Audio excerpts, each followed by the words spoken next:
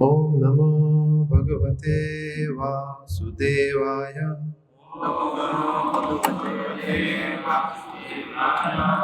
ओम नमो भगवते वासुदेवाय।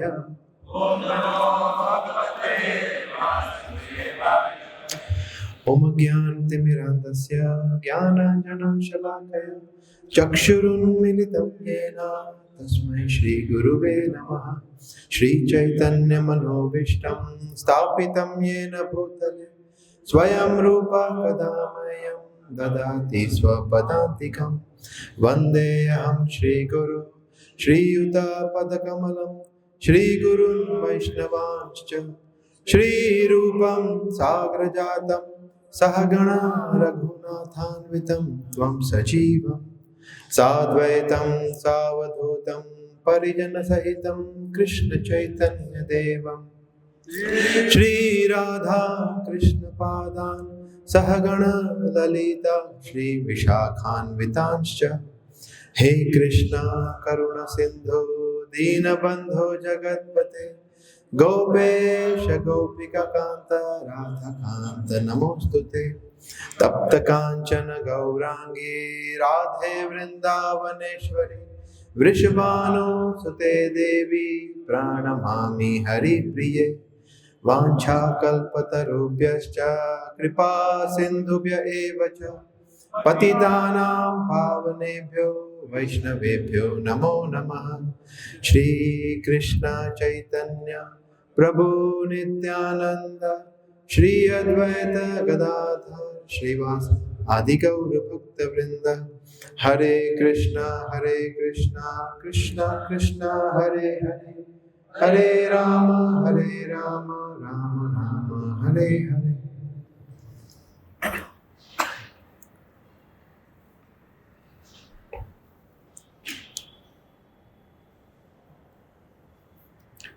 हरे कृष्णा। आज बहुत ही पवित्र दिवस है, एकादशी तिथि है और श्रीमद् भागवतम कक्षा में हम पुस्तक भागवत की जगह पर व्यक्ति ग्रंथ भागवत की जगह व्यक्ति भागवत की चर्चा करते हैं। प्रभुपाद हम सब के लिए एक आदर्श भगवान का एक शुद्ध भक्त किस तरह से व्यवहार करता है, आचरण करता है, किस तरह से समर्पित रहता है भगवान की सेवा में, भगवान के भक्तों की सेवा में, प्रभुपाद ने अपने उदाहरण से हमें सिखाया।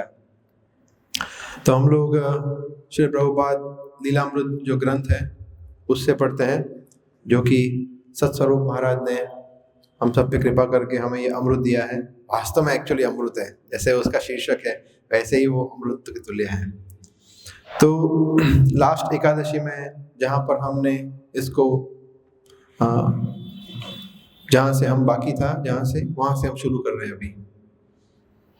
तो this is page number 152 of Hindi Prabhupada Lilamrita. इसका प्रकरण है 6, इसका शीर्षक है एक अज्ञात मित्र।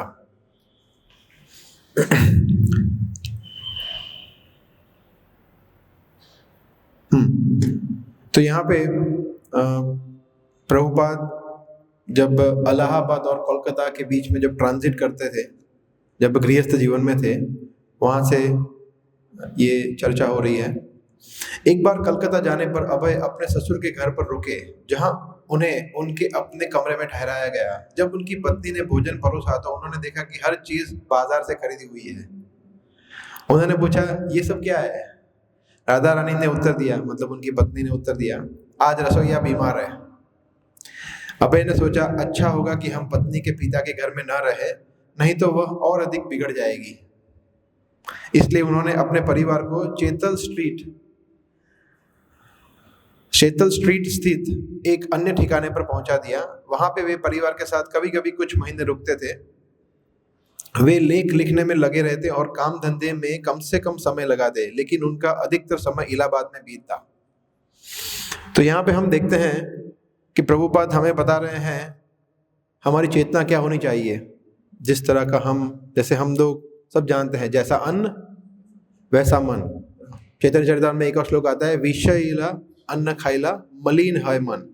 मलिन मन हईले नाहे कृष्ण रसमरण, कि अगर हम विषयों के बना हुआ अगर भोजन ग्रहण करते हैं तो हमारी चेतना मलिन दूषित हो जाती है। ये बहुत ही इंपॉर्टेंट सिद्धांत है जहाँ पे प्रभुपाद हमें सिखा रहे हैं, समझा रहे हैं कि जैसे ही उनको पता चला कि ये सब बाहर से मंगवाया हुआ है तो उनको बड़ी अप्रसन्नता हुई और फिर उन्होंने इसीलिए वहाँ पे जाना कम कर दिया। हालांकि वहाँ पे उनके परिवार रहता था, फिर भी सोचिए कितना उच्च चेतना है। और हमारा क्या है, हम मेन्यू पे डिसाइड करते हैं कि क्या है, बाहर से मंगाया वड़ा पाव है तो वड़ा पाव आई लाइक, तो बाहर की चीज़ मैं खा लूँगा, और दाल चावल रोटी सब्जी है तो ठीक है, मैं तो देखो भक्त हूँ, बाहर का थोड़ी खा सकते हैं। तो हमारा चेतना ऐसा होता है। So it should not be like that. So दूसरा एक चीज़ हमने ये भी देखा कि यहाँ पे बताया गया है कि इसलिए उन्होंने अपने परिवार को चेतल स्ट्रीट स्थित एक अन्य ठिकाने पर पहुंचा दिया। चेतल स्ट्रीट करके जगह है कोलकाता में, वहाँ पे तो उन्होंने जगह चेंज कर दी। क्यों ऐसा किया?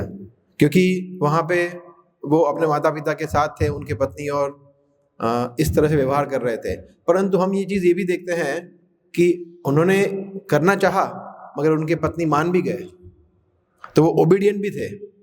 आजकल की स्त्रियों की तरह नहीं, जो पत्नी कुछ और बोलता है और पति कुछ और बोलता है और पत्नी कुछ और करती है।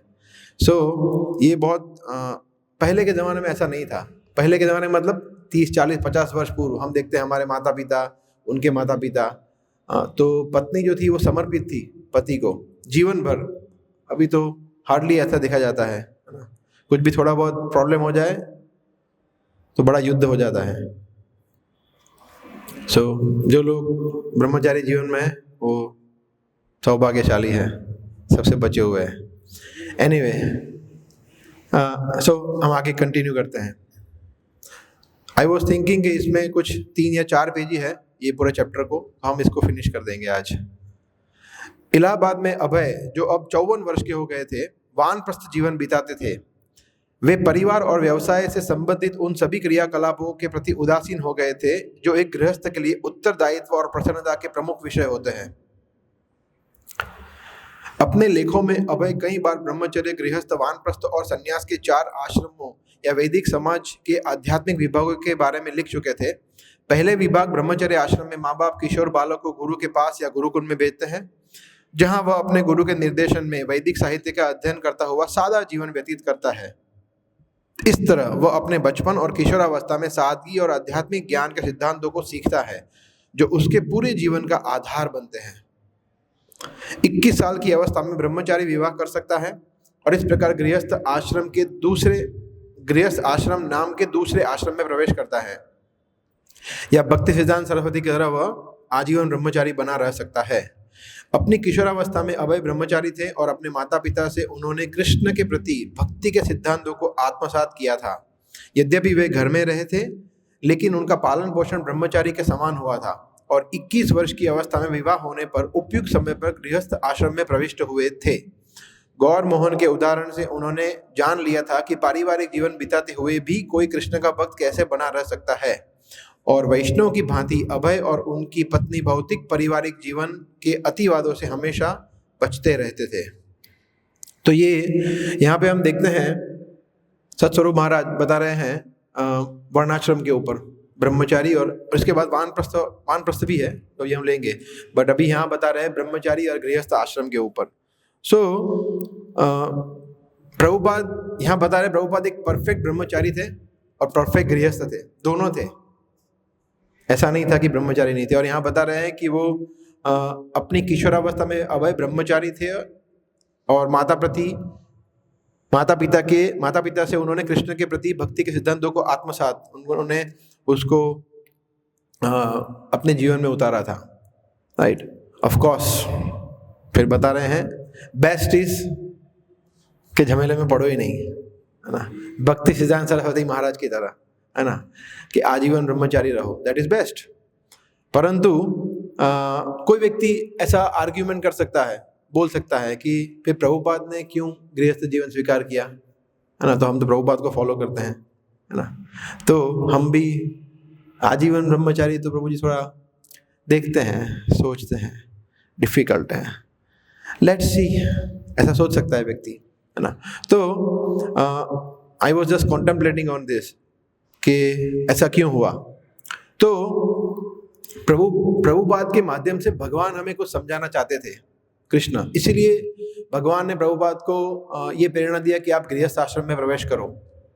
जैसे भक्ति विनोद ठाकुर, हमारे पूरे आचार्य परंपरा देखिए, उसमें सबसे one of the best role model example गृहस्थ के लिए, और उनके पुत्र किनके रोल मॉडल है? ब्रह्मचारियों के लिए। तो ये दोनों माता पिता और पुत्र रोल मॉडल है गृहस्थ और ब्रह्मचारी के लिए। तो सिमिलरली प्रभुपाद जो भक्ति सिद्धांत सरस्वती महाराज के शिष्य जो भक्ति वेदांत स्वामी प्रभुपाद, वो भी उसी तरह से एक रोल मॉडल बने सभी के लिए, दोनों के लिए, एक्चुअली सभी आश्रमों के लिए। प्रभुपाद ने सभी आश्रम रोल मॉडल किए। जब गृहस्थ थे तो एकदम परफेक्ट गृहस्थ जीवन उन्होंने व्यतीत किया। वानप्रस्थ हुए तो हमने देखा कि वानप्रस्थ में उन्होंने पूरा नींव रखा कृष्ण भावनामृत का, जो अभी 54 वर्ष में तो अभी वानप्रस्थ में ही है प्रभुपाद। और इसके बाद सन्यासी तो हम जानते ही हैं, प्रभुपाद वॉज एन आइडियल सन्यासी, ऐसा। तो भगवान हमें बताना चाहते थे प्रभुपाद के माध्यम से कि पारिवारिक जीवन में जब प्रभुपाद रहे तो उनको कितना स्ट्रगल, संघर्ष हुआ। प्रभुपाद का संघर्ष हम सभी के लिए प्रेरणा के स्रोत है। हम लोग अनेक बार लेक्चर में सुनते हैं कि जब हम डाउन हो जाते हैं, हमें कुछ राह नहीं दिखती है, हमारा उत्साह चला जाता है, तो हमें किसको याद करना चाहिए? प्रभुपाद के संघर्षों को। वो तुरंत लगता है कि हमारा संघर्ष तो कुछ नहीं है, मच्छर भी नहीं है उनके सामने जो उन्होंने किया है वो, राइट। तो वे संघर्ष को दिखाने के लिए it was necessary for Prabhupada to stay in grihastha, इसलिए बिकॉज वो संघर्ष अलग है, गृहस्थ जीवन में संघर्ष अलग है। आप लोग शायद नहीं समझेंगे गृहस्थ जीवन का संघर्ष, बट है रियली स्ट्रगल। दूसरा, प्रभुपाद के माध्यम से भगवान ये भी हमें समझाना चाहते थे कि किस तरह से युक्त वैराग्य जो हमारे रूप गोस्वामी ने बताया है, वो अगर प्रभुपाद गृहस्थ जीवन में नहीं जाते तो वो थियोरी रह जाता, प्रैक्टिकल हमें समझ में ही नहीं आता। हाँ, थियरी में समझ है युक्त वैराग्य, मगर प्रभुपाद ने करके दिखाया। जब गृहस्थ जीवन में थे तो एक एक छोटी छोटी चीजों को उन्होंने किस तरह से कृष्ण भक्ति में, कृष्ण सेवा में जोड़ा, वो युक्त वैराग्य का उदाहरण प्रभुपाद ने हमें करके दिखाया अपने उदाहरण से। तो इसलिए it was necessary for Prabhupada to enter grihastha ashram, right. दूसरा ये भी है कि भगवान ये भी दिखाना चाहते थे कि किस तरह से परिवार के सदस्य हमें सहकार नहीं देते हैं कृष्ण भक्ति में, फिर भी व्यक्ति लगा रहता है। ऐसा होता है ना, हम देखते हैं, आप लोग भी प्रचार करते हैं, आप लोग भी देखते होंगे, आपके फ्रेंड्स या मंदिर में आते हैं, एक स्पाउस है या तो पत्नी या पति, वो भक्ति में थोड़े आगे बढ़े हुए, दूसरा बिल्कुल नहीं है। एक्चुअली वो उसको डाउन करता है, बोला छोड़, क्या कर रहा है पागल, बहु ऊंडा नहीं उतरवानो भक्ति में, थोड़ा थोड़ा करना है ऊपर ऊपर से। तो ये सब चीजें चलती रहती है। तो प्रभुपाद के माध्यम से कृष्णा में समझाना चाहते हैं कि अगर हमारे परिवार में माता पिता, भाई बहन, पति पत्नी, फ्रेंड्स, अगर वो हमें डाउन भी करते हैं, फिर भी प्रभुपाद किस तरह से प्रभुपाद ने उस सब को काउंटरैक्ट करते हुए प्रभुपाद और आगे बढ़े। तो ये भी प्रभुपाद बताना चाहते थे। फिर एक और पॉइंट जो भगवान हमें बताना चाहते थे कि प्रभुपाद ने किस तरह से धन का उपयोग किया, क्योंकि गृहस्थ आश्रम में रहते हैं तो ये स्वाभाविक है कि आपके पास धन आएगा, आप कुछ बिजनेस करेंगे, जॉब करेंगे, यू विल हैव लक्ष्मी। तो सबसे बड़ा रिस्क गृहस्थ आश्रम में यही है कि जो धन आता है उससे व्यक्ति भटक सकता है। एक्चुअली ऐसा है ना, धन आता है फिर सब कुछ प्रॉब्लम आता है। तो वो धन को कृष्ण की सेवा में कैसे जोड़ना है, प्रभुपाद ने हमें करके दिखाया। कि प्रभुपाद, जैसे हम देखते हैं कि प्रभुपाद इसी में आगे आएगा, महाराज लिखते हैं, एक्चुअली प्रभुपाद ने बताया था कि मैं जब वानप्रस्थ में था या गृहस्थ में था तब एवरीथिंग वाज ओके, कोई प्रॉब्लम नहीं था, बट जैसे ही मैंने संन्यास लिया रियल प्रॉब्लम शुरू हुआ। मेरे पास धन ही नहीं था कुछ, कहाँ से प्रिंटिंग करूँ, तब तक प्रिंटिंग, बुक्स राइटिंग सब कुछ ठीक से हो रहा था। प्रभुपाद फ्री में बैक टू गॉड वितरित करते थे, फ्री में, सोचिए। मगर उसके बाद फिर धन कहाँ से आएगा, सन्यासी के पास कहाँ से आएगा? प्रभुपाद बोल रहे थे मेरा रियल स्ट्रगल तब शुरू हुआ। तो प्रभुपाद जब गृहस्थ में थे तो सबको अपने धन को इस तरह से पुस्तक वितरण में, पुस्तक प्रकाशन में, लिखने में प्रभुपाद ने सबसे ज्यादा एंगेज किया, वैष्णव की सेवा करने में, उनके गुरु भाइयों की सेवा करने में, ऐसा।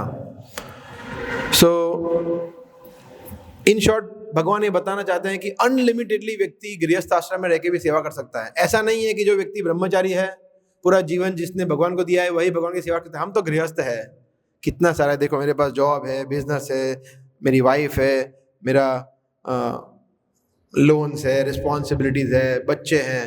नहीं नहीं नहीं, ये सब बहाने हैं, 100% बहाने हैं। गृहस्थ जीवन में रह के मैं कहाँ से समय दे पाऊंगा, ऐसा कुछ नहीं है।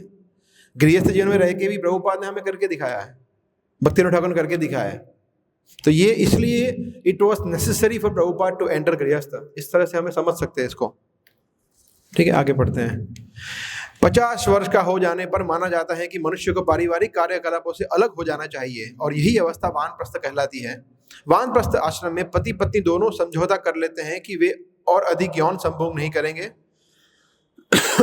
वे साथ रह सकते हैं लेकिन बल आध्यात्मिक भागीदारी पर होता है। वानप्रस्थी के रूप में वे भारत के विभिन्न तीर्थ स्थानों की यात्रा एक साथ कर सकते हैं। यह अवस्था भौतिक संसार से अनिवार्य प्रस्थान की तैयारी के रूप में होती है। इस प्रकार वैदिक आश्रम मनुष्य को इस योग्य बनाते हैं कि वह सांसारिक जीवन पूरी तरह व्यतीत कर लेने के बाद जन्म मरण के चक्र का अंत करके शाश्वत आध्यात्मिक लोक की प्राप्ति कर सके। 50 वर्ष के मनुष्य को वृद्धावस्था को प्राप्त होते हुए अपने शरीर को देखकर यह जान लेना चाहिए कि अनिवार्य मृत्यु निकट आ रही है और समझदारी इसी में है कि उसके लिए तैयारी की जाए। यहाँ तो वानप्रस्थ के बारे में यहाँ बता रहे हैं ना। सो प्रभुपाद अनेक बार अपने लेक्चर में बताते थे कि भारत में, चलो बाकी के देशों की तो बात छोड़ देते हैं, पर भारत में भी यही है हाल कि व्यक्ति 70 साल का हो जाएगा फिर भी उसको अपने परिवार से इतना आसक्ति होगा वो छूटेगा ही नहीं। बोला बच्चे बहुत, मतलब जब गृहस्थ जमाए तो बोले अले ले ले ले ले मेरा चीकू चीकू, मेरा मेरा तो मेरा बेटा मेरी बेटी। फिर बेटे का बड़ा ये तो और पसंद है, दादा दादा बन गया, मैं दादी बन गई तो और आधी आसक्ति। बोले ये कभी जाएगा ही नहीं। प्रभुपाद अनेक बार लेक्चर में बोलते हैं कि व्यक्ति मरण शैया पे है फिर भी वो अपने बेटे बेटी को याद करता है। सो अनफॉर्चुनेट, कितना दुर्भाग्यशाली है। यहाँ बता रहे हैं कि 50 साल के होने के बाद सोचना चाहिए, एटलीस्ट सोचना तो चाहिए। ठीक है, आप इमीडिएटली ना करो बट वो कंसिडर तो करना चाहिए कि अभी बहुत हो गया, है ना। मगर हम देखते हैं कि व्यक्ति 60, 65, 70 साल की आयु में भी और नया बिजनेस क्या शुरू करें और क्या करें, ये चालू है। So it is very important to retire from job business and think about कि इसके बाद क्या होगा, क्योंकि बिजनेस जॉब कितना कर पाएंगे हम, 10 साल 15 साल जितना जिएंगे उतना, उसके बाद क्या, राइट। सो कौन सी आयु में व्यक्ति को वानप्रस्थ लेना चाहिए, जरूरी नहीं है 50 साल की आयु में लेना चाहिए। ये डिसाइड कौन करेगा, तो बताएगा कैसे डिसाइड कर सकते हैं हम कौन सी आयु में वानप्रस्थ लेना चाहिए। जब का जो लड़का है चाइल्ड, हाँ हाँ, ग्रोन अप हो जाए, फिर यही उत्तर था आपका। अपने पत्नी का रिस्पॉन्सिबिलिटी हो किसी को, बच्चे को सौंप सके। ओके, आप लोग सन्यास की बात कर रहे हैं, वानप्रस्थ की बात चल रहा है। वानप्रस्थ में पत्नी का रिस्पॉन्सिबिलिटी रहता है। वानप्रस्थ मतलब वानप्रस्थ बोल रहा हूँ मैं। एवरेज आयुष्य 3rd 4th हो जाए। वाह, क्या उत्तर, आपको पता है कितना एवरेज आयु है? आयु बताओ तो। अभी तो देखो और 40-50 साल तो जीऊंगा ही जीऊंगा, कॉन्फिडेंट।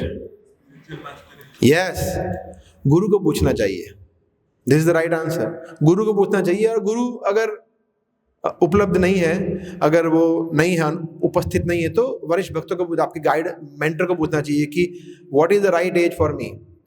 बिकॉज हो सकता है किसी व्यक्ति के लिए 50 साल राइट एज है, किसी के लिए 80 साल भी हो सकता है। क्यों? मतलब आप बहुत ही अच्छा धन उपार्जित कर रहे हैं, बिजनेस कर रहे हैं, कंटिन्यू रखो, मंदिर में सेवा करो और अपने धन को प्रचार में जोड़ो। जरूरी नहीं है कि वानप्रस्थ में ही व्यक्ति प्रचार कर सकता है, गृहस्थ में नहीं कर सकता, 100% कर सकता है। हम देखते हैं अनेक भक्त हैं हमारे संस्था में जो 60 साल की आयु में भी गृहस्थ जीवन में है, which is also equal to vanaprastha. घर पे रहते हैं, हालांकि वृंदावन में नहीं रहते, परंतु दे आर एक्टिव प्रीचर, और अच्छा प्रचार करते हैं। ऐसे अनेक भक्त हैं। सो यस, वो डिसीजन कौन लेगा? हमारे गुरु ले सकते हैं कि हमारा, और हर एक व्यक्ति का अलग अलग होता है। किसी व्यक्ति का फैमिली बैकग्राउंड, प्रोफेशनल बैकग्राउंड अलग है, तो उसके मुताबिक डिसीजन लेना चाहिए, है ना। आर्टिफिशियल मतलब बोलते बनावटी या कृत्रिम वैराग्य, झूठ मूठ का वैराग्य कि देखो बहुत हो गया, अब मैं छोड़ दूंगा सब कुछ। तो हम खुद से कुछ नहीं, जैसे कल बता रहे थे ना, we deserve, what do we deserve? Kick on the lower back. हाँ, तो हम कुछ, हमारे अंदर क्या कुछ है योग्यता के हम कुछ डिसाइड कर पाए। So better to ask those who know more, ऐसा, राइट। सो इसीलिए वानप्रस्थ हो, गृहस्थ हो, सन्यास हो, कोई भी आश्रम हो, हमारा गोल है प्रचार। वी आर भजनानंदी या गोष्ठानंदी? गोष्ठानंदी। हमें प्रभुपाद ने कल भी चर्चा ये कर रहे थे ना कि हमें वानप्रस्थ लेके, फिर हम 50 साल के आयु में वानप्रस्थ लेके वृंदावन पूरी चले जाए, वहां पे बैठ के भजन करे अकेले, तो ये नहीं चाहते हमारे आचार्य हमसे, ठीक है? ओके। अंतिम अवस्था, संन्यास आश्रम में मनुष्य अपनी पत्नी को एक सयाने लड़के की देखरेख में रख देता है और अपने को पूर्ण रूप से परम भगवान की सेवा में समर्पित कर देता है। पहले संन्यास आश्रम का तात्पर्य होता था हिमालय में तपस्या का एकाकी जीवन बिताना, किंतु गौड़ीय वैष्णव परंपरा में श्रील भक्ति सिद्धांत ने प्रचार कार्य पर बल दिया था। यद्यपि अभय ने औपचारिक रूप से तय नहीं किया था कि 4 आश्रमों में से वे किस आश्रम में है, लेकिन वे गृहस्थ की अपेक्षा वानप्रस्थ जीवन यापन करते अधिक लगते थे। उन्होंने काम धंधे में अपनी असफलताओं और अरुचिकर पारिवारिक जीवन को कृष्ण का वरदान माना, जो उन्हें पारिवारिक उत्तरदायित्व से मुक्त करके श्रील भक्ति सिद्धांत सरस्वती द्वारा आदिश प्रचार कार्य की ओर पूर्ण रूपेण उन्मुख कर रहा था। तो यहाँ पे अगेन वही बता रहे हैं महाराज कि प्रचार ज्यादा इंपॉर्टेंट है, न केवल थप्पा कि भी देखो मैं तो वानप्रस्थ आ गया हूँ, मैंने सन्यास ले लिया है ना। अनेक ऐसे सन्यासी है अनेक अलग संप्रदाय में जो सन्यासी बन गए मगर प्रचार नहीं कर रहे हैं, right? So that is not recommended, at least in our tradition. जैसे आप लोगों ने ये शायद प्रभुपाद का लेटर, मतलब कोट पढ़ा होगा जो कैलेंडर कोट में आता है। जयानंद प्रभु को पत्र लिखा था, प्रभुपाद ने लिखा था कि if your consciousness is always absorbed in Krishna then you are always a sannyasi. अगर आपकी चेतना हमेशा कृष्ण में लीन है तो आप सन्यासी ही है।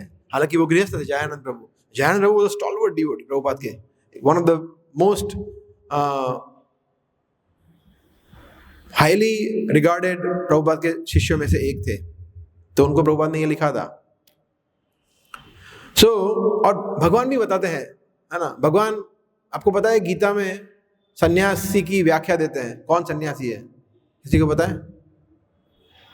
डेफिनेशन देते हैं, परिभाषा।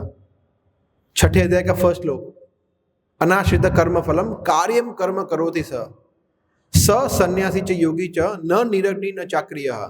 कृष्ण कहते हैं अनाश्रित कर्म फल, जो कर्म फल की आशा नहीं रखता है, मतलब कोई ठीक है जो होना वो होगा, मैं करे करूंगा, कृष्ण को जो इच्छा होगी वो देंगे।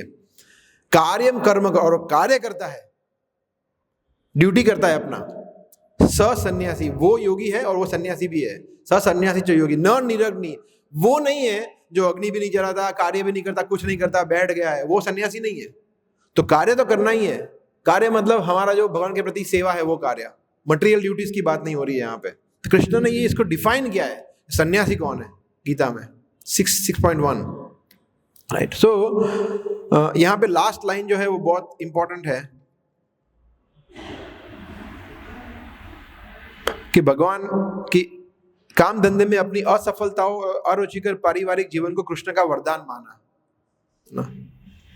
हम में से कोई है ऐसा बहादुर व्यक्ति जो बिजनेस में लॉस हो जाए, बोला यस भगवान का वरदान है जो मुझे लॉस हुआ है बिजनेस में, मजा आ गया, ऐसा कोई बोलेगा? भगवान के सामने रोएगा कि इतना माला घिस दिया पूरा, देखो माला एक्चुअली पुरानी भी लग रही है, अभी तो पहले नहीं थी, मतलब कितना घिसा होगा मैंने, फिर भी भगवान लॉस हो गया बिजनेस में, लोग ऐसा बोलेंगे। मगर यहाँ बताया है कि उन्होंने वरदान माना, ये अलग चेतना है। These things we have to learn from Prabhupada, right. तो ये भक्तों के लिए भी इसको स्वीकार करना मुश्किल है। बाहर वाले तो चलो छोड़ो कि हमारे साथ हमारे जीवन में जो दुख आते हैं उसको भगवान का वरदान मानना। तो भक्तों में ये है, कनिष्ठ अधिकारी, मध्यम और उत्तम में ये अंतर है। कनिष्ठ अधिकारी उसको वरदान नहीं मानता, वो उसका श्रद्धा बहुत कच्चा होता है। जब दुख आते हैं या यहाँ जैसे यहाँ बता रहे हैं पारिवारिक जीवन में कुछ प्रॉब्लम आता है तो वो भगवान से विमुख हो सकता है कनिष्ठ अधिकारी, मगर मध्यम और उत्तम नहीं हो सकता। उसका श्रद्धा एकदम निष्ठा के स्तर पर है। ठीक है, न्यू सेक्शन। इलाहाबाद में अभय ने इतना धन इकट्ठा कर लिया था कि बैक टू गॉडेड का प्रकाशन पुनः कर सके, और 1952 की फरवरी में 57B कैनिंग रोड के उनके संपादकीय कार्यालय और आवास से 8 साल बाद उसका पहला अंक प्रकाशित हुआ। जैसा कि पहले होता था, इस बार भी लेखन, टंकण, संपादन, मुद्रक से मिलना जुलना और अंत में हाथ से वितरण करना तथा डाक से भारत के सम्मानित नेताओं का प्रेषण सब कुछ उन्हें ही करना पड़ा। उन्हें लगा कि इलाहाबाद में या अन्यत्र उनके रहने का यही वास्तविक उद्देश्य था। यह धन का सर्वोत्तम उपयोग था और यही मानवीय जीवन का उद्देश्य भी था कि उसे परम भगवान के गुणगान में पूरी तरह से लगाया जाए। अन्य सब कुछ अस्थाई और शीघ्र नष्ट होने वाला था। तो दिस इज वेरी नाइस। जैसे आप देखते हैं प्रभुपाद सिंगल हैंडेडली सब करते थे, वन मैन आर्मी, सब कुछ। बोला क्या लिखना है बैक टू गॉडेन में, वो भी खुद ही तय करते थे। लिखना, टाइप करना या हैंड राइटिंग में लिखना, वो भी खुद करते थे। फिर उसको जो पब्लिशर है उसके पास जाना, उसकी बातें करना, प्रिंट करवाना, प्रूफ रीड करना और वितरण करना, सब कुछ करते थे। सोचिए, who can do this? No ordinary person can do this. एक साधारण व्यक्ति नहीं कर सकता ये। तो और हमारे पास तो सब कुछ रेडी है ना, बॉक्स भी रेडी है, सब कुछ रेडी है, गाड़ी है, जाना है, सब रेडी, सब कुछ, एवरीथिंग इज रेडी। बुक्स भी, प्रसाद भी है, एवरीथिंग इज रेडी। फिर भी हम बोलते हैं कि ये मैराथन बहुत लंबा आता है, 1 महीना थोड़ी कोई होता है। ठीक है, 4 संडे कर सकते हैं, बट रोज तो कैसे कर सकते हैं? So that is our problem. Prabhupada कहते थे व्हाट इज द डिफिकल्टी, है ना, आपने सुना होगा, very famous word, what is the difficulty? सब कुछ तो है, so what is the difficulty? There is a book also, what is the difficulty? Okay, आगे बढ़ते हैं। जब अभय अपने परिवार से मिलने कोलकाता जाते थे तो उनके पुराने मित्र उनके कमरे में इकट्ठे हो जाते थे और वे भगवत गीता पर प्रवचन करते और शिक्षण देते थे।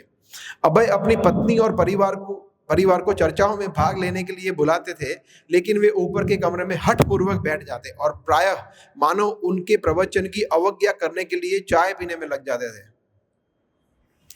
अभय उनका पालन कर रहे थे, वे अब भी उनसे साहचर्य बनाए हुए थे, लेकिन वे प्रवचन पर तुले थे और वे लोग परिवार में इसके लिए सुविधा नहीं प्रदान कर रहे थे। यदि अभय को पारिवारिक जीवन में बना रहना है तो उनकी पत्नी और लड़कों को इस बात को स्वीकार करना और उससे प्रसन्न होना जरूरी था कि वह पूर्ण रूप से प्रचारक हो रहे हैं। श्री गौर निताय की जय। उन्हें समझना था कि अभय के जीवन का मुख्य कार्य उनके आध्यात्मिक गुरु के उद्देश्य की पूर्ति है। उनके इस परिवर्तन के प्रति वे मात्र उदासीन नहीं रह सकते। वे इस बात का आग्रह नहीं कर सकते कि अभय एक सामान्य व्यक्ति है। अभय अपनी पत्नी को अपनी ओर आकृष्ट करने का प्रयत्न करते रहे और आशा करते रहे कि प्रचार कार्य में धीरे धीरे वे उनकी अनुगामिनी हो जाएगी, लेकिन उन्हें अपने पति के प्रचार में जरा भी रुचि नहीं थी। यहाँ पे सबसे पहले हमने क्या पढ़ा कि जब उनके फ्रेंड्स इकट्ठा होते थे तब प्रभुपाद क्या करते थे? हम लोग क्या करते हैं? बोला क्या खाएंगे आप? बोले क्या मंगवाए? जोमेटो से, स्विगी से या यहाँ मंदिर से। बोला राजभोग लेंगे, राजभोग लेंगे, मजा आएगा, आज बहुत जोरदार बना है। हाँ, तो यहाँ पे वो उनको जब भी फ्रेंड्स आए तो उनको ऑफ कोर्स प्रसाद देना चाहिए, ऐसा नहीं है, बट सेंटर में क्या था? केंद्र में कृष्ण था, राइट। सो और फिर यहाँ पे देख रहे हैं हम दुर्भाग्य की बात कि उनकी पत्नी भक्त नहीं बनी तो नहीं बनी। तो कोई व्यक्ति ये आर्ग्यूमेंट कर सकता है कि प्रभुपाद भगवान के शुद्ध भक्त वैकुंठ से आए हुए, वो अपने परिवार में लोगों को भक्त नहीं बना पाए, ऐसा कैसे हो सकता है? तो कोई व्यक्ति इससे दुविधा में पड़ सकता है, तो इसको हमें समझना चाहिए। So I was contemplating on this also. देखिए, भगवान अपने भक्तों, जैसे भगवान लीला करते हैं, अपने भक्तों से भी लीला करवाते हैं, है ना। तो भगवान प्रभुपाद से ये चाहते थे कि उनके घर उनको कोऑपरेट ना करें, अभी उनकी पत्नी जो है, अभी देखिए हिप्पीज को प्रभुपाद ने भक्त बना दिया, तो क्या पत्नी को भक्त नहीं बना सकते थे? Is it so difficult? No, not at all. But भगवान जानबूझ के, भगवान ने उनको प्रेरणा किया कि नहीं भक्त मत बनना, चाय पियो। भगवान उनके भी हृदय में है, उनकी पत्नी के हृदय में भी है। भगवान ने बोला कि नहीं भक्त नहीं बनना है, ऑपोज करो, प्रभुपाद को ऑपोज करो, क्योंकि तभी तो जो आने होने वाला था वो मैनिफेस्ट होता। वानप्रस्थ में जाते प्रभुपाद अपने परिवार से ऊब जाते, संन्यास लेते, वरना ये सब होता ही नहीं, हमारा उद्धार कैसे होता? तो हम पे कृपा करने के लिए भगवान ने उनको भक्त नहीं बनाया, बोला भक्त मत बनना, तभी तो प्रभुपाद जो आगे होने वाला था वो होता। तो ये हम इससे भी समझ सकते हैं। दूसरा ये भी है कि किस तरह से अपने गुरु की आज्ञा को प्रभुपाद ने सर्वोपरि रखा। प्रभुपाद चाहते तो अपने परिवार में रह सकते थे, बोला ठीक है आप मुझे कोऑपरेट मत करना। उन्होंने प्रभुपाद को कभी विरोध नहीं किया कि आप भी मत करो, बोला हम नहीं करेंगे, आपको जो करना है करो। तो प्रभुपाद ये भी कर सकते थे कि ठीक है मैं करूंगा, मैं घर पे रहूंगा, आपका पालन करूंगा, आप करो। मगर प्रभुपाद ने बोला कि मैं यहाँ पे रहूंगा तो मेरे गुरु की आज्ञा का पालन नहीं हो पाएगा। इसलिए प्रभुपाद ने क्या किया, सबको छोड़ा। तो अपने गुरु की आज्ञा जो प्रभुपाद के सबसे ज्यादा इंपॉर्टेंट थी, पारिवारिक आसक्ति नहीं।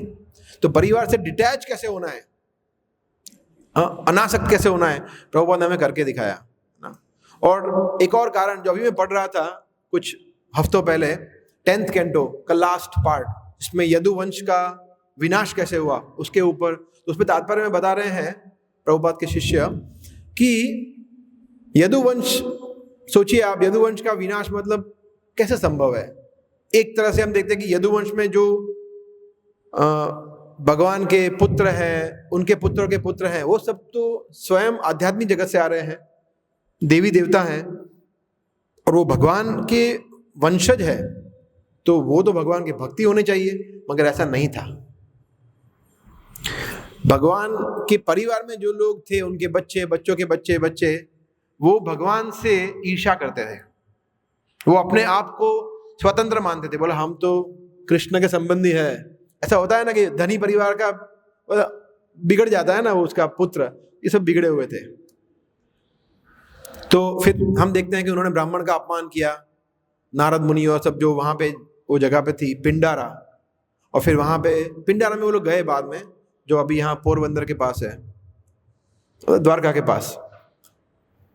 तो उन्होंने अपराध किया और फिर उनको श्राप मिला। तो तात्पर्य में हम उसमें पढ़ते हैं कि भगवान के वंश में भी भगवान के ऑपोजिंग एलिमेंट थे जो भक्त नहीं बन पाए या भगवान का विरोध करते थे।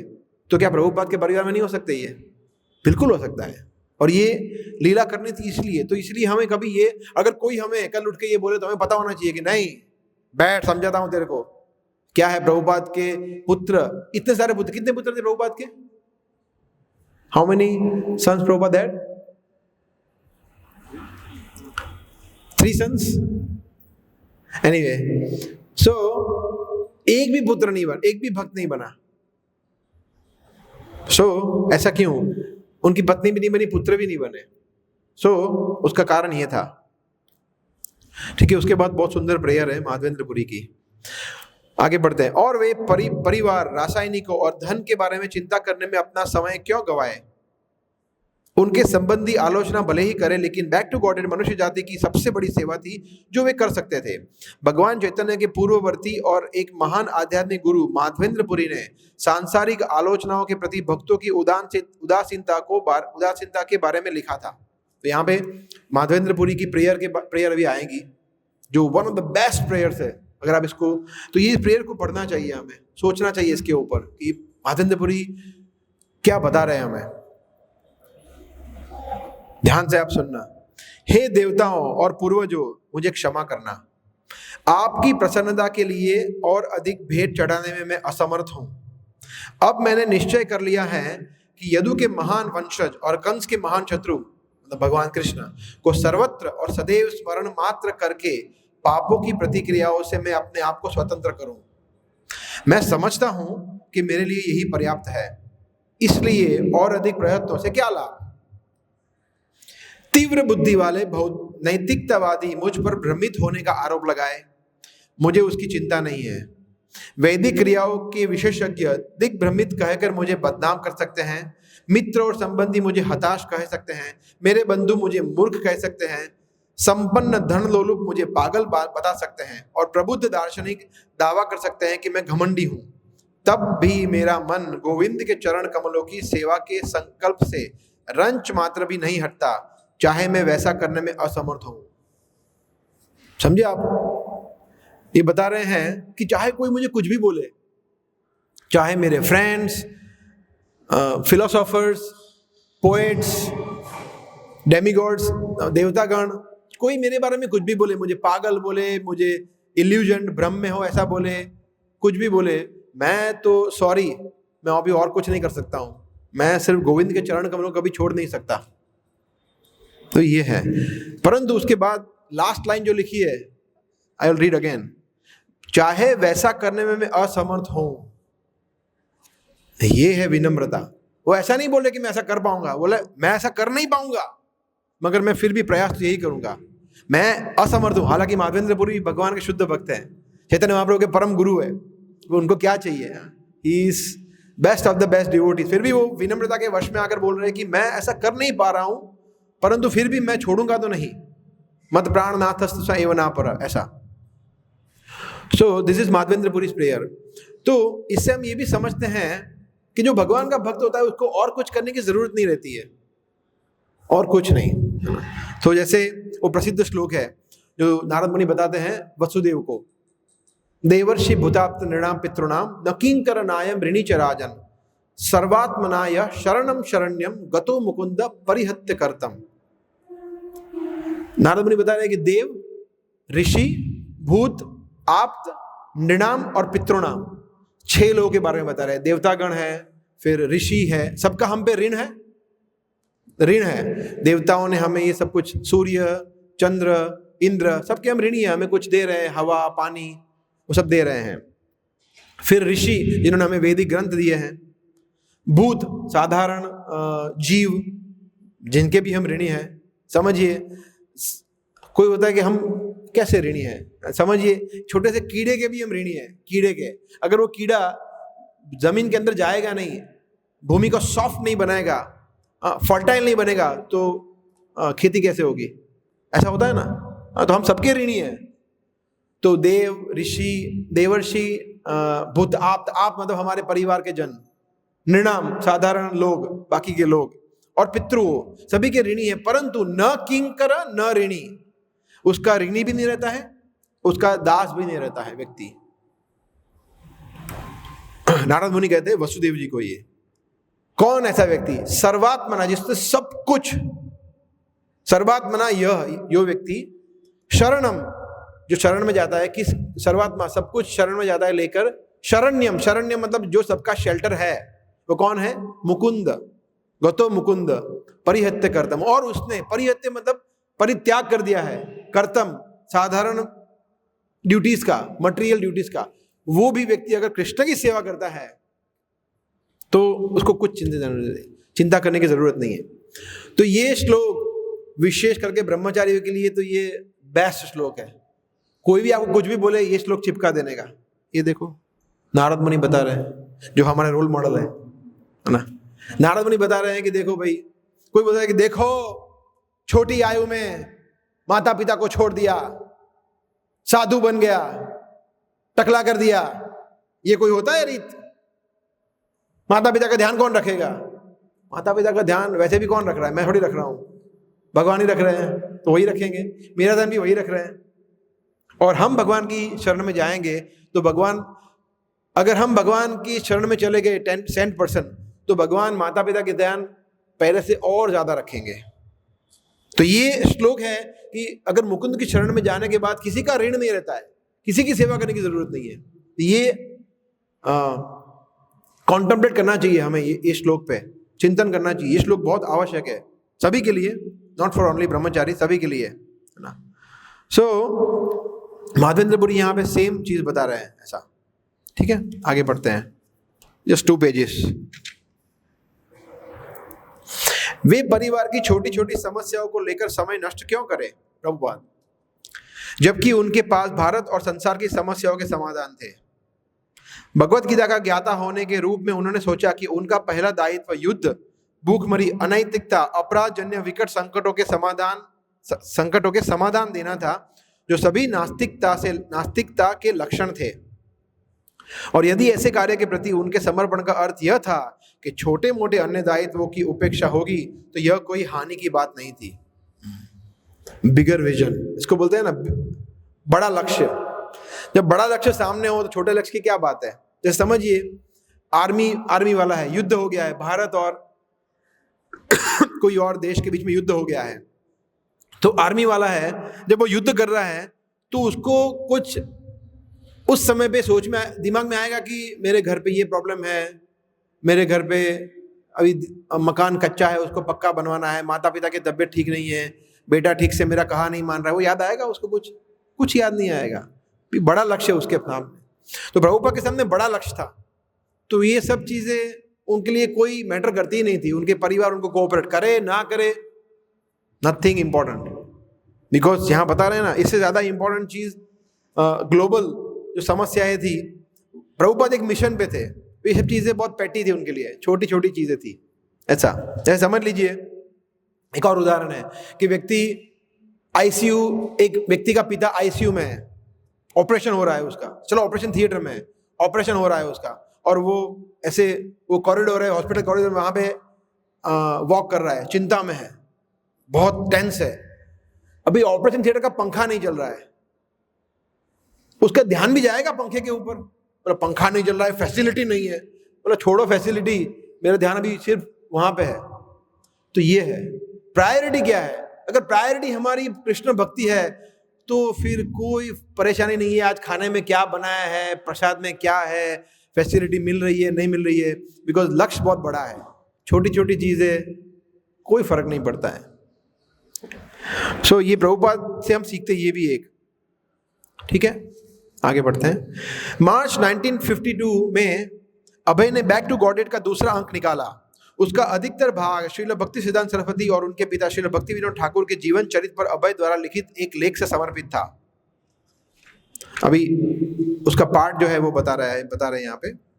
वे मतलब भक्ति विनोद ठाकुर उन छद्म आध्यात्मिक, तो ये एक्चुअली भक्ति सिद्धांत सरस्वती महाराज ने लिखा हुआ है जो अभी हम पढ़ रहे हैं, जो बैक टू गॉडेड में प्रभुपाद ने प्रिंट किया, प्रकाशित किया। वे भक्ति विनोद ठाकुर उन छद्म आध्यात्मवादियों के सिद्धांतों का कड़ा प्रतिवाद करते थे जिनका प्रचार भगवान चैतन्य के नाम पर हो रहा था। सरकार की सेवा में एक बड़े अधिकारी के पद पर रहते हुए ही उन्होंने अपने साहित्यिक लेखों द्वारा सुधारवादी आंदोलन का सूत्रपात किया। गृहस्थ का जीवन बिताते हुए और मैजिस्ट्रेट के रूप में कार्य करते हुए उन्होंने बंगाली, अंग्रेजी, संस्कृत आदि भाषाओं में अनेक तरह की पुस्तकें लिखी जिनमें भगवान चैतन्य के प्रति विशुद्ध भक्ति का सच्चा चित्र अंकित था। श्रील भक्ति सिद्धांत सरस्वती गोस्वामी महाराज को उनके बचपन से ही श्रील भक्ति विनोद ठाकुर के आंदोलन के लिए प्रेरणा मिली। उन्होंने भक्ति विनोद ठाकुर के निजी सचिव के रूप में कार्य किया और इस रूप में श्रील भक्ति विनोद ठाकुर ने भगवान चैतन्य के उद्देश्य के प्रचार के लिए उन्हें अपनी अभिव्यक्ता की दिव्य शक्ति प्रदान की। और इस प्रकार श्रील भक्ति विनोद ठाकुर के निधन पर श्रील सरस्वती ठाकुर ने उस सुधारवादी आंदोलन का कार्यभार संभाला। फिर आगे बढ़ते हैं। अपना मासिक पत्र निकालने में व्यस्त अभय अन्य कार्यों में ऊपरी मन से लगे रहे। कभी कभी वे व्यवसाय के लिए यात्रा पर निकल जाते थे या परिवार को देखने के लिए इलाहाबाद से रात की गाड़ी पकड़कर कलकत्ता पहुंच जाते थे। जब डिब्बे में भीड़ न होती तो जब अन्य लोग सो रहे होते तो वे लाइट जला देते थे। रात की गाड़ी से यात्रा करने से उन्हें चिंतन करने या लिखने का भी अच्छा अवसर मिल जाता था। कभी कभी वे केवल कुछ घंटे सोते और फिर उठकर बैठ जाते और खिड़की से बाहर देखने लगते कि रात शेष है। डिब्बे के प्रकाश की किरणें परिवर्तित होकर उन पर पड़ती और खिड़कियों में उनकी चेहरे की छाया दिखाई देती। यस, तो आगे बढ़ते हैं। 12 घंटे की यात्रा आधी पूरी होते होते आकाश में प्रकाश फूटने लगता। आकाश का रंग पहले भूरा होता, फिर हल्का नीला और तब उसमें सफेद बादल दिखाई देने लगते। कस्बों के प्रकाश दिखाई पड़ने लगते और गाड़ी चेतावनी का भोंपू बजाने लगती। जब गाड़ी किसी स्टेशन पर मंद होकर रुकती तो चाय बेचने वाले चाय चाय चाय चिल्लाते डिब्बों से साथ साथ भागने लगते। उनकी चाय की संगीतमय ऊंची लहरियों से कान भर जाते, और जबकि सैकड़ों यात्री सवेरे की चाय की चुस्कियां लेने में लगे रहते, चाय की गंध से वातावरण ओतप्रोत हो जाता। तो यहाँ फर्स्ट पैराग्राफ में हम देख रहे हैं अव्यर्थ कालत्वम, उसका ये लाइव एग्जाम्पल है कि प्रभुपाद ट्रेन में भी टाइम वेस्ट नहीं करते थे। सोचिए, ट्रेन में जब वो जर्नी करते थे तो जब सो जाते थे सब लोग, बोले अभी पीसफुल है, वरना आप समझ सकते हैं ट्रेन में कितना नॉइज होता है। और Prabhupada of course general compartment या सेकंड क्लास में सफर करते होंगे, तो कितना नॉइज होता है उसमें प्रभुपाद वेट करते थे कि कब सब सो जाए तो मैं फिर थोड़ा सोचूंगा, लिखूंगा। लाइट जला देते और लिखते या कुछ चिंतन करते। तो क्या उच्च चेतना है प्रभुपाद की, सोचिए। ट्रेन में भी वो अपना लेखन कार्य अपने गुरु के मिशन पर तब भी वो लगे हुए हैं, ऐसा। Okay, last only 2 paragraphs.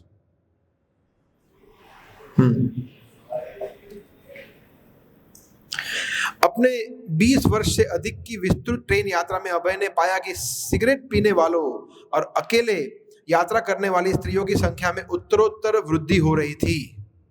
Bharat का पाश्चात्यीकरण हो रहा था और राष्ट्रीय नेता इसके लिए मार्ग प्रशस्त कर रहे थे। अंधे अंधों को मार्गदर्शन कर रहे थे। वे भगवान के बिना ही भगवान का राज्य चाहते थे।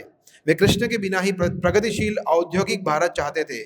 खिड़की से वे देखते कि बिना जोते विस्तृत खेत खाली पड़े हैं, इतने पर भी लोग भूखे थे। तो यहाँ पे महाराज बता रहे हैं modernisation, westernisation of India. Prabhupada ने ये देखा अपने कार्यकाल में कि पहले कैसा था, मतलब 1930s, 40s, 50s, प्रभुपाद ने ये सब देखा था। तो यहाँ पे बात हो रही है मे बी अराउंड 40s के आसपास। प्रभुपाद 54 ईयर के थे, मतलब या 50s में भी। सो बता रहे हैं यहाँ पे वेस्टर्नाइजेशन, है ना। तो हमने भी ये देखा हुआ है कि 40 साल पूर्व, 25 साल पूर्व या 20 साल पूर्व क्या था और अभी क्या हो गया है ना, थैंक्स टू दिस, है ना। पहले यहाँ पे बता रहे हैं कि लोग ज्यादा सिगरेट पी रहे थे पहले की तुलना में। अभी हम थोड़ा और प्रगति किया है, भी लड़कियां भी सिगरेट पी रही है। 40-50 साल पहले कभी किसी ने देखा भी होगा कि लड़कियां कभी सिगरेट पीती होगी या बीड़ी पीती होगी, कभी सपने में भी सोचता होगा किसी ने। मगर अभी हम देख रहे हैं कि ये मॉडर्न हो गया है। We are like modern, we can do whatever man does, so ऐसा। और यहाँ बताया गया है कि स्त्रियां अकेली ट्रैवल करना शुरू किया था, अकेले। पहले कभी ऐसा होता नहीं था। हम जैसे देखते हैं मनु संहिता में बताया गया है कि स्त्रियों को हमेशा 3 व्यक्तियों के संरक्षण में रहना चाहिए। सबसे पहले पिता के, फिर आफ्टर मैरिज पति, और पति जब चला जाए तो अपने सयाने पुत्र जो है उसके संरक्षण में रहना चाहिए। कभी भी इंडिपेंडेंट नहीं रहना चाहिए स्त्री को, ऐसा। मगर यहां बता रहे हैं कि स्त्री धीरे धीरे धीरे इंडिपेंडेंट हो रही थी, अकेली ट्रैवल कर रही थी। और अभी तो अकेले ट्रैवल करना है छोड़ो, अकेली रह रही है। अकेली क्या, लिव इन में रह रही है। उससे भी ऊपर है, तो सबसे हाईएस्ट, उससे ऊपर क्या आएगा पता नहीं है ना। सो मतलब डिग्रेडेशन, मतलब एकदम कंप्लीट डिग्रेडेशन। सो यस, या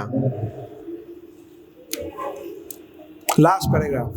ओके, अब कभी कभी समाचार पत्र पढ़ते हैं और उसमें से कोई ऐसा लेख फाड़ लेते जिसका बैक टू गॉडेड में उत्तर देने की उन्हें आवश्यकता प्रतीत होती, या जो लेख लिखने के लिए उनमें उन्मेष पैदा करता। वे इस बात पर चिंतन करते कि लोगों के पास सहायता के लिए कैसे जाया जाए, किन लोगों के पास जाया जाए, और कृष्ण भावना वाले भक्तों का संघ कैसे स्थापित किया जाए। न केवल भारत में वरन सारे संसार के लोग कृष्ण भावनामृत को अपना सकते थे। चैतन्य भागवत ने भविष्यवाणी की थी कि एक दिन आएगा जब भगवान चैतन्य का नाम हर गांव और कस्बे में पहुंच जाएगा। श्रील भक्ति सिद्धांत की यही इच्छा थी।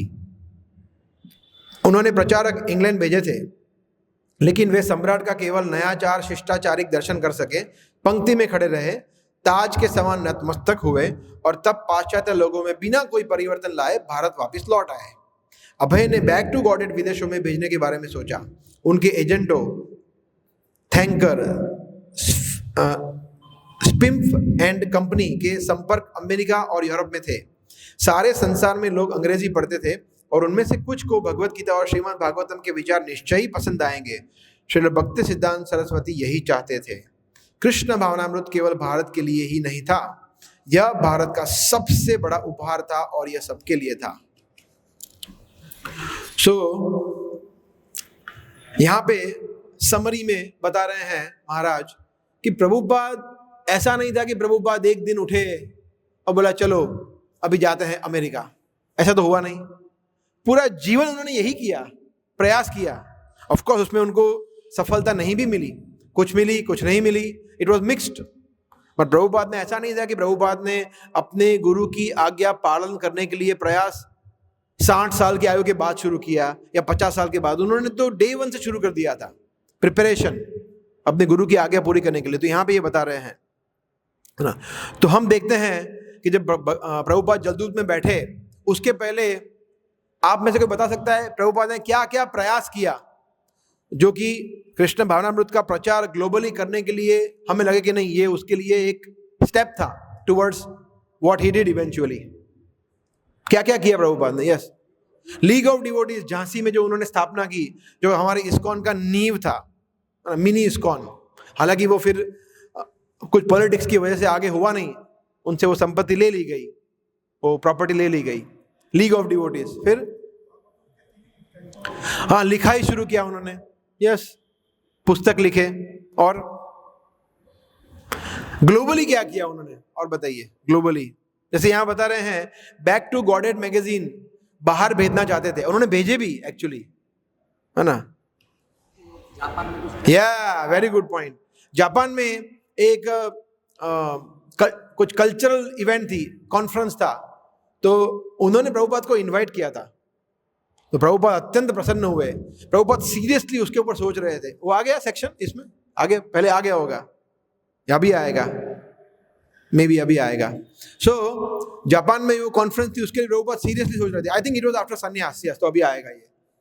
तो प्रभुपाद सोच रहे थे उसके बारे में जाने के लिए, मगर फिर वो नहीं जा पाए बिकॉज धन नहीं था, ऐसा, राइट। फिर प्रभुपाद हमारे प्रधानमंत्री को मिले थे। किसको? नहीं, इंदिरा गांधी को कहाँ मिले थे? इंदिरा गांधी ने मना कर दिया, कोई जवाब भी नहीं दिया। लाल बहादुर। तो दो प्रभुपाद के कार्यकाल में, मतलब पहले भी थे मगर आफ्टर इंडिपेंडेंस दो थे, एक शास्त्री और एक गांधी, इंदिरा गांधी। तो शास्त्री जी से उनसे मिले, हमने देखा है ना, फोटो देखा है ना, लाल बहादुर शास्त्री के, उनको मिले थे, उनको अपनी पुस्तकें दी थी, सोचिए आप। तो वो प्राइम मिनिस्टर भी बहुत धार्मिक और वेरी फेवरेबल था। और उसके बाद जो हुआ वो she was not very favourable, उन्होंने कोई उत्तर भी नहीं दिया। प्रभुपाद ने अनेक, बट कहने का मतलब प्रभुपाद ने प्रयास किया। सोचिए, प्राइम मिनिस्टर को अप्रोच करना मतलब it's a big bold step. Who can think that? हम सोच सकते हैं कि आप नरेंद्र मोदी को जाके बुक दे के आते हैं गीता। आप में से किसी सोचा मैराथन में जाने का? मोदी को भागवतम से देना चाहिए। प्रभुपाद ने बोला था एवरी जेंटलमैन शुड हैव, तो दोनों देते, चैतन्य चरितामृत मोदी को देते जाके। हम सोच भी नहीं सकते, इतना बड़ा विजन है प्रभुपाद का। उन्होंने न केवल सोचा, उनको मिले भी वो प्रभुपाद, और उनको पुस्तक भी दिए शास्त्री जी को। और इंदिरा गांधी को भी प्रभुपाद के शिष्य मिले थे एक्चुअली, वो वीजा के लिए, बट ज्यादा कुछ हुआ नहीं था। तो प्रभुपाद ने अनेक, मगर वो तो बात की बात है, बट जब प्रभुपाद जलदूत पे बैठे उसके पहले भी प्रभुपाद ने अनेक प्रयास किए इसको अंजाम देने के लिए, ये उनके गुरु की आज्ञा को, ना। तो या इसलिए प्रभुपाद लीलामृत ग्रंथ है, वो बहुत ही पवित्र है, जैसे मैंने पहले ही बताया, अमृत के तुल्य है। सो प्रभुपाद लीलामृत को हमें रेगुलरली पढ़ना चाहिए, at least once a week, maybe once in 2 days, regularly पढ़ना चाहिए, बार बार पढ़ना चाहिए। प्रभुपाद की अनेक लेटर्स है, उसको भी पढ़ सकते हैं। प्रभुपाद की मेमोरी वीडियो थे उनके शिष्यों के, उसको देख सकते हैं। तो उससे बहुत सारी चीज़ें हम सीखते हैं। जैसे फॉर एग्जाम्पल, प्रभुपाद लीलामृत पढ़ने के बाद एक चीज़ हमें पता चलती है कि हम किस तरह से हमारी चेतना कृष्ण भक्ति में फिक्स कर सके हम। बिकॉज अभी हमारा चेतना ऐसा होता है ना, ऊपर नीचे। मंगला आरती में आते हैं तो भावुक हो जाते हैं, वाह, और फिर पता नहीं क्या हो जाता है, 2-3 घंटे के बाद वापस डाउन चले जाते हैं। तो ये अप डाउन होता है। मगर प्रभुपाद लीलामृत पढ़ने के बाद, रेगुलरली पढ़ने के बाद हमारी चेतना फिक्स रह सकती है कृष्ण भक्ति में, राइट। फिर जैसे अभी हमने चर्चा किया कि हमारे जो संघर्ष है वो बहुत छोटे लगते हैं। प्रभुपाद के संघर्ष को हम देखते हैं तो हमारे संघर्ष क्या है? हमें लगता है कि ये बंगाली प्रसाद खा खा के मैं गुजराती हूं, समझ नहीं क्यों रहे ये लोग, सब बंगाली टेस्ट है। अब प्रभुपाद पुस्तक वितरण कर सके उसके लिए वो मील स्किप करते थे। सोचिए, अभी आएगा आगे, सन्यास जब उन्होंने लिया तब वो खाना नहीं खाते थे क्योंकि थोड़ा धन बचा सके और वो धन को पुस्तक वितरण लगा सके। सोचिए अभी हमारा प्रसाद के प्रति आसक्ति फिर क्या है। तो प्रभुपाद की स्ट्रगल से हम समझ पाए कि हमारा स्ट्रगल तो कुछ नहीं है, नथिंग, राइट। फिर गुरु के प्रति जो उनका निष्ठा था उससे हम समझ सकते हैं 40-42 साल तक उनके गुरु की आज्ञा पे कॉन्टेम्पलेट करना, उसके लिए अपने आप को प्रिपेयर करना छोटी बात नहीं है, बहुत बड़ी बात है। तो that also we can learn from Prabhupada, है ना। एंड देन प्रभुपाद का जो ये अपार करुणा का स्वभाव था, उनकी करुणा थी कि उन्होंने जो भी स्ट्रगल्स हैं अपने परिवार में रहते हुए, धन, उनको जो धन की समस्या हो रही थी सन्यास के बाद, सब कुछ उन्होंने सहा।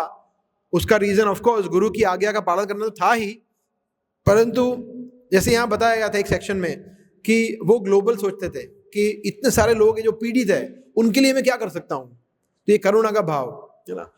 तो हमें भी करुणा दिखाना है, किसके प्रति? हाँ, अपने प्रति, बस, और के प्रति नहीं दिखाना है। बोला प्रभु जी मुझे मगर प्रीचिंग का सेवा दिया गया है तो कंपैशन लाना पड़ेगा। तो कंपैशन कहाँ से लाऊं? मैं सोच रहा हूँ कंपैशन सिर्फ अपने लिए लाओ तो हम सिर्फ हमारे लिए हमारे पर कृपा कर दे वही बहुत है। तो जब हम प्रचार करते हैं तो हम किस पे कृपा करते हैं? वो भी हमारे पे ही कृपा करते हैं। प्रचार करेंगे तो हमारा उद्धार होगा, तो हम शुद्ध होंगे। प्रचार करते लोग कभी कभी होते हैं कि मैं प्रचार कार्य कर रहा हूं, 10 लोगों का मैं उद्धारक हूं, पता है आपको, 10 लोग मेरे से गाइडेंस लेते हैं। क्या करूं प्रभु जी, भाई करना पड़ता है। तो ये सब चीजें आ जाती है ना। तो हम क्या किसी का उद्धार करेंगे? हम खुद का उद्धार कर ले वही बहुत है। तो हमें ये सेवा दी गई है क्योंकि हम अपने आप को शुद्ध कर पाए, अपने आप को। बिकॉज आप लोगों का जो लोग प्रचार कार्य में लगे हुए, आपको पता होगा कि हम जब प्रचार कार्य में जुड़ते हैं तो सबसे ज्यादा हमें अलर्ट रहना पड़ता है कि हम कुछ गलत ना कर बैठे, हमारे आचरण में, हमारे व्यवहार में, बोलने में अपराध ना कर बैठे, नहीं तो लोग भी हमें देख के हमारे जैसे ही बनेंगे ना। So that is what we learn from Prabhupada reading Prabhupada Lilamrita. और हम देखते हैं कि प्रभुपाद, इससे हम ये भी देखते हैं कि प्रभुपाद अपने भक्तों के लिए, कृष्ण अपने भक्तों के लिए सब कुछ राइट टाइम पे करते हैं, मैनिफेस्ट करते हैं। राइट टाइम पे प्रभुपाद ने संन्यास लिया, राइट टाइम पे उनको जल्द का टिकट मिला, राइट टाइम पे वो अच्युतानंद और ब्रह्मानंद प्रभु आए और चैंटिंग किया वहां पे टॉम्पिंग स्क्वायर पे, राइट टाइम पे जॉर्ज हैरिसन आए, सब कुछ राइट टाइम पे, एकदम परफेक्ट टाइम पे हुआ। इसलिए हम देखते हैं कि हमें भी धैर्य रखना है, हमें भी राइट टाइम पे सब कुछ आएगा। राइट टाइम पे दीक्षा होगी, राइट टाइम पे ब्राह्मण दीक्षा होगी, राइट टाइम पे हमें कुछ सेवाएं मिलेगी, राइट टाइम पे भगवान के धाम जाएंगे, राइट टाइम पे सब कुछ होगा। तो भगवान का प्लान हमारे लिए ऑलरेडी है ही, उसको मैनिफेस्ट करने के लिए हमें धैर्य रखना पड़ेगा। उत्साह, निश्चय, धैर्य। तो धैर्य हम सीखते हैं, है ना। 40 साल मतलब सोचिए काफी धैर्य है, 40 ईयर्स मतलब इट्स टू मच, है ना। फिर हम प्रभुपाद से अनेक वैष्णव गुण देखते हैं। वैष्णव गुण अगर हमें सीखने हैं तो शास्त्र पढ़ के हम सीख सकते हैं। ऑफ कोर्स भक्तों का संग करके सीखते ही हैं, प्रैक्टिकली सीखते हैं, बट शास्त्र से हम सीखते हैं। प्रभुपाद लीलामृत हम सीखते हैं कि प्रभुपाद के जो दिव्य गुण है, 26 क्वालिटी जो एक भक्त की होती है, वो सभी के सभी हमें यहाँ देखने को मिलते हैं, अलग अलग। जो प्रभुपाद लीलामृत पढ़ते हैं तो उसके ऊपर कॉन्टेम्पलेट भी करना चाहिए। एक पैराग्राफ पढ़ा फिर हमें सोचना चाहिए कि इसमें क्या सीखने को मिल रहा है, नोट कर सकते हैं, हाईलाइट कर सकते हैं। That is how we study. एक होता है बुक्स को पढ़ना, रीडिंग गीता, रीडिंग भागवतम, एक होता है अभ्यास करना, स्टडी करना।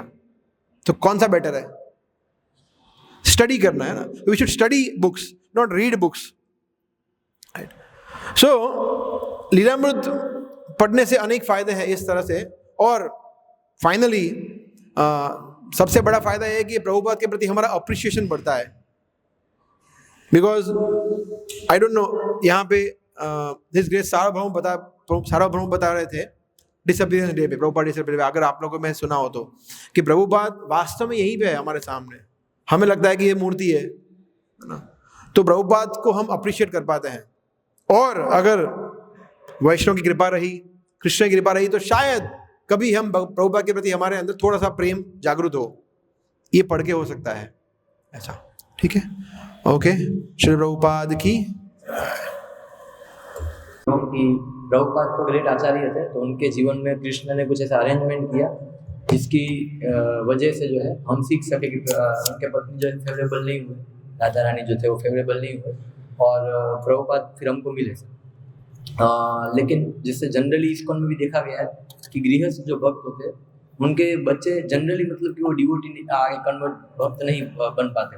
तो क्या ये कुछ जो है फैमिलियरिटी की वजह से हो जाता है कि पहले से ही माता पिता भक्त है? इस पे अगर आप थोड़ा बता सकते। या एंड सेकंड क्वेश्चन पूछ लीजिए, दूसरा क्वेश्चन भी यही है। दूसरा क्वेश्चन ये है प्रभु जी कि जैसे अभी आश्रम का चर्चा चल रहा था, तो अगर पति और पत्नी में अगर सपोज की पत्नी भक्त है और पति भक्त नहीं है, लाइफ लॉन्ग पति अगर भक्ति कन्वर्ट ना हो सके, भक्ति बन ना सके, तो पत्नी को जो है वो मतलब क्या करना चाहिए? क्योंकि त्याग का तो कोई रास्ता है नहीं। या सो फर्स्ट क्वेश्चन है, उसके ऊपर यू आर राइट। ऐसा अक्सर देखा गया है प्राय कि भक्तों के बच्चे भक्त नहीं बन पाते हैं। यू आर राइट, मैंने भी ऐसा देखा है, सुना है, मगर ऐसा ज़रूरी नहीं है। जैसे फॉर एग्जांपल हमारे मंदिर में ही है 3 जनरेशन भक्त है। हम देखे हैं, मैं नाम किसी का नहीं लेना चाहूँगा, आप जानते ही है, 3 जनरेशन दीक्षित भक्त है। तो ऐसा नहीं है, हो सकता है, बट इसीलिए भक्तों को, मैं किसी भक्त के बारे में टिप्पणी तो नहीं कर सकता हूँ, बट सिद्धांत ये कहता है कि भक्तों को, बच्चों को जब कल्टीवेशन होता है तो बहुत मैच्योरली हैंडल करना चाहिए, फोर्स नहीं करना चाहिए। मैं एग्जाम्पल लेता हूँ मेरा खुद का, कि मेरे गुरु महाराज, मेरे माता पिता के लिए, मेरा जब दीक्षा हुआ तो मेरे गुरु महाराज से मेरा बात हुआ था, मैंने बताया था कि मेरे माता पिता हैं वो चैंटिंग नहीं कर रहे हैं और वो लोग ऑनियन गार्लिक भी कंज्यूम कर रहे हैं। तो महाराज ने बोला था कि डोंट, उनको पुश मत करना, जस्ट वेट, धैर्य रखना और उनको प्रेम देना, अपने आप सब हो जाएगा। और फिर तब मैं यहाँ इंडिया में नहीं था, फिर मैं जब भारत आया वापस, 6 महीने के अंदर मेरे माता पिता ने चाय कॉफी छोड़ दिया, ऑनियन गार्लिक छोड़ दिया और सब 16 माला करना शुरू कर दिया। मैंने कुछ उनको एक बात भी बोला नहीं था, बट उन्होंने खुद से ही देखा कि नहीं ठीक है, अभी ये लोग भी नहीं कर रहे, कुछ तो हम भी नहीं कर रहे हैं। सबसे बड़ा सिद्धांत ये है, it is art of parenting, कि पेरेंटिंग में बच्चों को फोर्स नहीं करना है, उनको इंस्पायर करना है। माता पिता पूरा दिन इसमें लगे रहेंगे और बच्चों को लगे माला कर, तो कहाँ से माला करेगा वो? और फोर्स कर करके उसको मंगला आरती मिलाते रहे हो, फोर्स कर करके उसको बोला नहीं तेरे को हारमोनियम सीखना ही सीखना है, उसका इंटरेस्ट नहीं है म्यूजिक में, उसका इंटरेस्ट किसी और चीज में है। बोला श्लोक तो तेरे को रट्टा लगाना ही पड़ेगा, बोल धर्म क्षेत्र कुरुक्षेत्र है, वो बेचारा जैसे तैसे करके बोलेगा, मगर उसको इंटरेस्ट नहीं है। तो इसलिए हमें सोचना पड़ेगा कि हम उसको क्या दे रहे हैं। जैसे मटेरियल वर्ल्ड में देखा जाता है कि जिसको इंजीनियर बनना है उसको इंजीनियर बनने दो, जिसको पेंटर बनना है उसको पेंटर बनने दो। ऐसी मूवीज भी आई हुई है ना कि बच्चे को अपने आप करो, तो मटेरियल वर्ल्ड में ठीक है, बट भक्ति में जीवन में भी जो बेसिक चीज़ें वो फॉलो करे, मगर उसमें बहुत ज़्यादा पुश करेंगे, फोर्स करेंगे, तो बच्चा, जैसे आपने बताया फैमिलियरिटी ब्रीड्स कंटेम्प्ट, वो लगा ठीक है, सब देखा हुआ है बहुत। दूसरा, माता पिता भक्त होते हुए भी अच्छा व्यवहार नहीं करेंगे, एक दूसरे के बाल नोचेंगे, तो बच्चा बोलेगा ये खुद ही भक्त कैसे है हमारे घर पे, मैं भी इनके जैसा बनूंगा, मुझे तो ऐसा बनना ही नहीं है बिल्कुल। तो माता पिता को अच्छा उदाहरण प्रस्तुत करना पड़ेगा, तभी तो बच्चे भक्त बनेंगे। बोला मेरे माता पिता भक्त बन के बहुत खुश है, तब वो भक्त बनेगा, नहीं तो उसे सब, वो तो पूरा दिख रहा है, बोला ये प्रचार करते हैं पर खुद फॉलो नहीं करते हैं, बाहर बने अच्छे बनते हैं, यहाँ देखो अंदर राक्षस है यहाँ पे, तो फिर वो कहाँ से भक्त बनेगा? तो ये बहुत सारे रीजन है, दीज आर फ्यू रीजंस ऐसा, बट पॉसिबल है, हो सकता है, ऑफ कोर्स। हार नहीं मान देंगे कि देखो मैं तो भक्त बन गया, मेरा बेटा नहीं बनेगा, उसका बेटा शायद बन सकता है, तो 1 by 1 होता है, ऐसा नहीं होता है कुछ ऑल्टरनेट जनरेशन भक्त बनेगी, ऐसा नहीं होता है, जनरेशन टू जनरेशन ये कैरी फॉरवर्ड हो सकता है। प्रभुपाद का उदाहरण तो जैसे मैंने बताया, एक भगवान लीला करवा रहे हैं प्रभुपाद से, तो उसका उदाहरण हम नहीं ले सकते कि ठीक है प्रभुपाद की पत्नी भक्त नहीं बनी तो मेरी पत्नी भक्त नहीं बनेगी, चलेगा, प्रयास तो करो, प्रयास तो करना चाहिए ना हमें उसके लिए, ऐसा। एंड सेकंड क्वेश्चन इज क्या था? दोनों पति पत्नी हाँ, पति पत्नी अगर स्पाउस कोऑपरेटिव नहीं है तो क्या करना चाहिए? यस, तो बिल्कुल त्याग नहीं करना चाहिए, एज यू सेड, त्याग नहीं करना चाहिए, बट समहाउ रहना चाहिए साथ में, बट उसके साथ साथ हमारी भक्ति डिस्टर्ब ना हो ऐसा भी करना चाहिए। तो इसीलिए जनरली ये देखा गया है कि पति पत्नी को प्रीच नहीं कर सकता। प्रीच क्या बोलते हैं हिंदी में? प्रचार। पति पत्नी को भक्ति के बारे में प्रचार नहीं कर सकता और पत्नी पति को प्रचार नहीं कर सकती, है ना। वो कभी नहीं होने वाला है। किसी बाहर वाले व्यक्ति समझाएगा तो समझेगा वो। ऐसा बहुत बार देखा हुआ है मैंने कि पत्नी बोलेगी मैं मेरे पति को लेके आऊंगी, वो खुद ही चली जाएगी, वो नहीं आएंगे, वो किसी बाहर वाले व्यक्ति को। और ऐसे मैंने देखे हुए हैं 2-3 माता जी जो एकदम से कंप्लीटली मतलब उनके पति उनकी भक्ति के बिल्कुल विरुद्ध थे, मगर अभी लास्ट दीक्षा हुआ उसमें वही बैठे हुए थे महाराज का, वो पति बैठे हुए थे इन लेस देन 6-7 ईयर्स। सोचिए दीक्षा तक पहुंच गए उनके पति, वो मेरे बाजू में ही बैठे थे। तो ये हो सकता है चमत्कार। इसलिए अगर हम अच्छा आचरण करेंगे, भगवान से प्रार्थना करेंगे और सेंसिबल रीजन करेंगे, मतलब हम खुद उनको समझाएंगे, अगेन यहाँ पे पुश करेंगे तो वो नहीं होगा। प्रेम से समझा, प्रेम देना पड़ता है। व्यक्ति को लगना चाहिए कि भक्ति में आने के बाद ये व्यक्ति है वो अच्छा व्यक्ति बना है। अगर हम फेनेटिक बन जाएंगे, उलट सुलट बोलेंगे, एरोगेंट हो जाएंगे, गुस्सा करेंगे, बोला ये तू बेकार है, कर्मी, तुम लोग कर्मी हो सब, तो फिर वो कैसे है? बोला हाँ बहुत भक्त बने हैं पता है। तो हम किसी को ऐसा नहीं बोलना चाहिए हमें, चाहे वो हमारे परिवार का हो या बाहर वाला हो। एक भक्त को बहुत ही ज्यादा सॉफ्ट स्पोकन होना चाहिए, बहुत सोच समझ के बोलना चाहिए, तब व्यक्ति, बिकॉज हमारे बोलने से कम भक्त बनेंगे बट हमारे व्यवहार से ज्यादा भक्त बनेंगे। People see the quickest way of learning is by observation in material world also. आप किसी को बोलेंगे शायद वो लेट सीखेगा, किसी को करके दिखाएंगे थोड़ा जल्दी सीखेगा, मगर वो देखेगा ना आपको करते हुए, सब दिख जाएगा। जैसे धोती पहनते हुए, तिलक माला करते हुए, सब अपने आप सीख जाता है लोग देख के। इसलिए हमें इसी तरह से अगर व्यवहार अच्छा करेंगे तो व्यक्ति भक्त बन सकता है, हमारे आचरण से व्यक्ति भक्त बनता है ऐसा। बट छोड़ना नहीं चाहिए, यस, पति पत्नी को छोड़ना नहीं चाहिए, ऐसा नहीं करना चाहिए कि ये भक्त नहीं है तो मैं इसको छोड़ दूंगी या छोड़ दूंगा तो मैं सुखी हो जाऊंगा या सुखी हो जाऊंगी, नहीं। Exceptions are there but generally speaking no. अगर वायोलेंट है, मारता है, शराब पीता है तो छोड़ना चाहिए फिर, then it is your safety, then we should give up, then we should take divorce. Okay, that's it. Okay, thank you very much. Hare Krishna. Shri Prabhupada की जय।